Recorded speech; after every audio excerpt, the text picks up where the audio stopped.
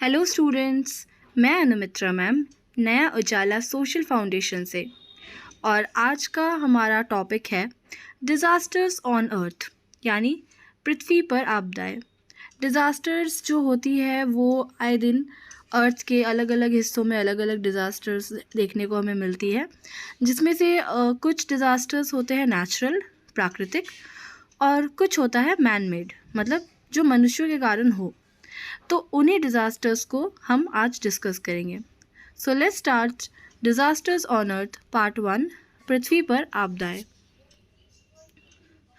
पहले तो ये समझेंगे कि डिज़ास्टर्स होता क्या है। देखिए, disasters on earth encompass a wide range of natural and human induced events that cause widespread destruction। यानी इसमें आता क्या है, डिज़ास्टर्स ऑन अर्थ में क्या क्या शामिल है? प्राकृतिक यानी नेचुरल, ठीक है, और ह्यूमन इंड्यूस्ड यानी मनुष्य के कारण, कह सकते हैं मानव निर्मित जो घटनाएं होती है जिसके कारण बहुत ज़्यादा डिस्ट्रक्शन होती है, ठीक है, नुकसान होता है ना, लॉस ऑफ लाइफ, जीवन की हानि होती है, और पर्यावरण में भी बहुत डैमेज होता है। इसी को डिज़ास्टर कहा जाता है। तो पृथ्वी पर होने वाली आपदाएं व्यापक नुकसान, जीवनों की हानि और पर्यावरण में नुकसान का कारण बनने वाले विभिन्न प्राकृतिक और मानव निर्मित घटनाओं को आवरण करती है, ठीक है। यही डिज़ास्टर होता है, इससे बहुत ज़्यादा डिस्ट्रक्शन भी आता है। तो these disasters can be classified into various categories. तो डिज़ास्टर्स के विभिन्न श्रेणियाँ होती है, इनको विभिन्न श्रेणियों में वर्गीकृत किया जा सकता है। तो उसमें से जो 2 टाइप्स ऑफ डिज़ास्टर्स होते हैं, क्या क्या होते हैं? नेचुरल डिज़ास्टर्स और मैन मेड डिज़ास्टर्स, यानी प्राकृतिक और मानव के कारण जो डिज़ास्टर्स होते हैं, ये 2 टाइप के डिज़ास्टर्स होते हैं। पहले हम पढ़ेंगे नेचुरल डिज़ास्टर के बारे में। तो नेचुरल डिज़ास्टर क्या होता है? A natural disaster is the highly harmful impact on a society or community following a natural hazard event. Some examples of natural hazard events include flooding, drought, earthquake, tropical cyclone, lightning, tsunami, volcanic activity, wildfire, etc. ठीक है। तो natural disaster क्या होता है? ये बहुत ज़्यादा harmful होता है और इसका जो प्रभाव है सोसाइटी पे, कम्युनिटी पे बहुत ज़्यादा इसका असर रहता है, हार्मफुल इफ़ेक्ट रहता है। और नेचुरल हैज़र्ड इवेंट के कारण ये होता है, जैसे बाढ़, है ना, सूखा पड़ जाना, भूकंप, सुनामी, ये सारे। A natural disaster can cause loss of life और डैमेज प्रॉपर्टी। नेचुरल डिज़ास्टर के कारण जान जा सकती है, लॉस ऑफ लाइफ हो सकता है ना, काफ़ी सारे लोग मरते भी हैं इसमें, और प्रॉपर्टी डैमेज होता है ना, मतलब जो बिल्डिंग्स वगैरह है वो भी डैमेज हो सकती है, और इकोनॉमी बहुत ज़्यादा डैमेज होता है। And typically leaves economic damage in its wake, ठीक है। तो ज़्यादातर क्या होता है, कोई भी नेचुरल डिज़ास्टर के बाद क्या होता है, इकोनॉमी में, अर्थव्यवस्था में बहुत इसमें हानि पहुंचता है, ठीक है। तो यहाँ आप देख सकते हैं, जैसे लेफ़्ट हैंड साइड में वाइल्ड फायर है, ये मतलब जंगल में जो आग लगती है ना, और ये फैलते रहती है अलग अलग कारणों से, ये एक तरह का नेचुरल डिज़ास्टर है। और इस तरफ राइट में आप देखिए अर्थक्वेक हुआ है, भूकंप, जिससे लॉस ऑफ लाइफ होता है, लॉस ऑफ प्रॉपर्टी होता है, लॉस ऑफ इकोनॉमी होता है, ठीक है। तो अगर हम बात करें प्राकृतिक आपदा की, तो एक प्राकृतिक आपदा एक प्राकृतिक खतरनाक घटना के बाद एक समाज या समुदाय पर अत्यधिक हानिकारक प्रभाव है। प्राकृतिक खतरा घटनाओं के कुछ उदाहरण में शामिल है बाढ़, सूखा, भूकंप, उष्णकटिबंधीय चक्रवात, बिजली, सुनामी, ज्वालामुखी गतिविधि, जंगल की आग यानी वाइल्ड फायर। एक प्राकृतिक आपदा जीवन या नुकसान की संपत्ति का नुकसान हो सकता है और आमतौर पर अपने जागने में आर्थिक क्षति छोड़ देता है। नेक्स्ट, जो सबसे फर्स्ट जो डिस्कस करेंगे हम नेचुरल डिज़ास्टर में, वो है अर्थक्वेक यानी भूकंप। तो अर्थक्वेक क्या होता है? देखिए, अर्थक्वेक्स सडन शेकिंग और movement of the earth's surface.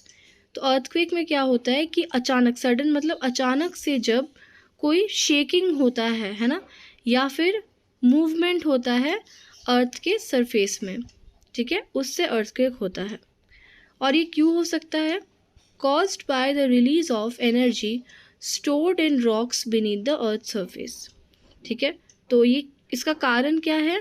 Energy जब रिलीज होता है, रॉक्स जो हमारे अर्थ के सरफेस के नीचे रॉक्स है जिसको टेक्टोनिक प्लेट्स बोला जाता है ना, तो ये प्लेट्स जब प्लेट में जब कोई मूवमेंट होता है ना, या रिलीज ऑफ एनर्जी होता है, इससे क्या होता है? अर्थक्वेक होता है, ठीक है।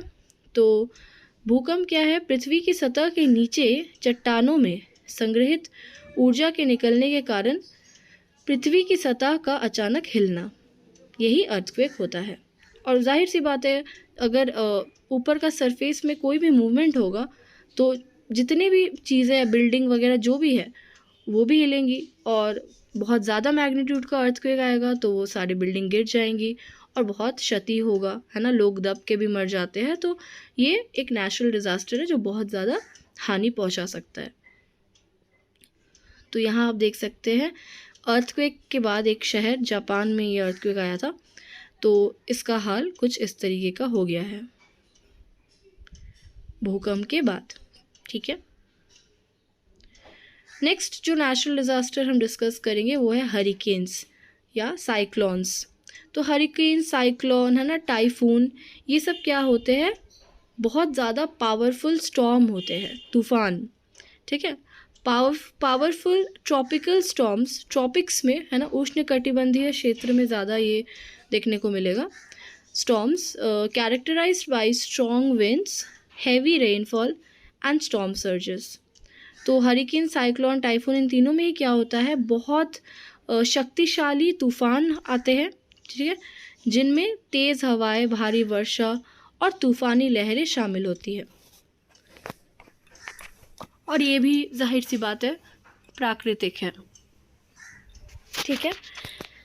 तो तूफ़ान, चक्रवात, टाइफून शक्तिशाली उष्णकटिबंधीय तूफ़ान जिनमें तेज़ हवाएं, भारी वर्षा और तूफ़ानी लहरें शामिल हैं।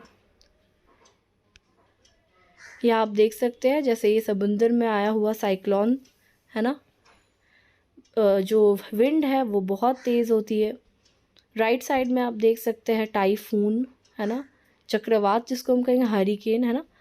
और इस तरीके से ये ऐसे बहुत ज़्यादा नुकसान पहुंचा सकती है अगर बहुत ज़्यादा स्ट्रॉन्ग हवा या विंड आए तो।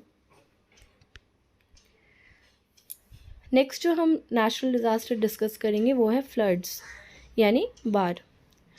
फ्लड्स क्या होता है? Overflowing of water onto normally dry land caused by heavy rainfall, storm surges और the overflow of rivers and lakes, ठीक है। ओवरफ्लोइंग मतलब हद से ज़्यादा फ्लो करना, है ना। तो वाटर जब नॉर्मल ड्राई लैंड में बहुत ज़्यादा बारिश के कारण उभर के आ जाती है ना, हैवी रेनफॉल के कारण या बहुत ज़्यादा स्टॉर्म के कारण, ये रिवर और लेक जब ओवरफ्लो कर जाती है, रिवर और लेक में पानी और समा नहीं पाता तो वो बाहर आ जाता है ना, इसी से बाढ़ आती है। तो बाढ़ क्या है? सामान्यतः शुष्क भूमि पर पानी का अति प्रवाह जो भारी वर्षा, तूफान या नदियों और झीलों के अति प्रवाह के कारण होता है, ठीक है, ओवरफ्लो के कारण होता है।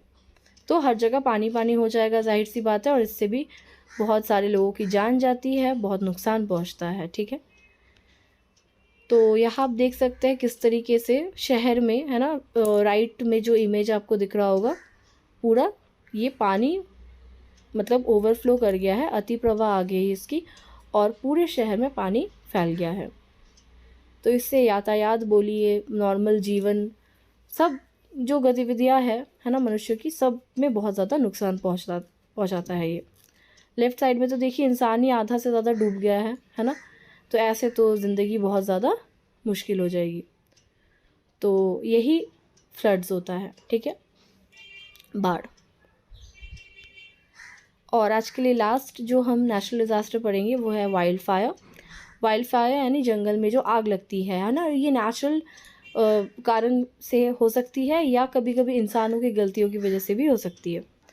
तो वाइल्ड फायर क्या होता है, देखिए, uncontrolled fires that spread rapidly through vegetation often exacerbated by dry condition and high winds.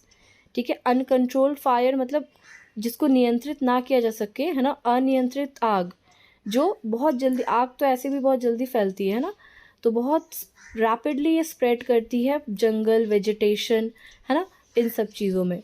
और ये ज़्यादातर क्यों होती है, बहुत ज़्यादा ड्राई अगर कंडीशन हुआ, वर्षा नहीं हो रही है, बहुत ड्राइनेस हो गया है, और साथ में मान लो बहुत तेज़ हवा चल रही है, तो इससे तो और फैलती है ना, हवा में आग और फैलती है। तो यही वाइल्ड फायर होता है। तो अनियंत्रित आग जो वनस्पतियों के माध्यम से तेज़ी से फैलती है, अक्सर शुष्क परिस्थितियों और तेज़ हवाओं के कारण बढ़ जाती है, इसी को वाइल्ड फायर कहते हैं। तो ये भी काफ़ी नुकसान पहुंचाती है, नेचुरल डिज़ास्टर है। स्पेशली जंगलों में रहने वाले जानवरों की मौत काफ़ी होती है ना। कुछ दिन पहले ऑस्ट्रेलिया में भी बहुत सीवियर वाइल्ड फायर हुआ था, जिससे बहुत सारे जानवरों की जान गई थी।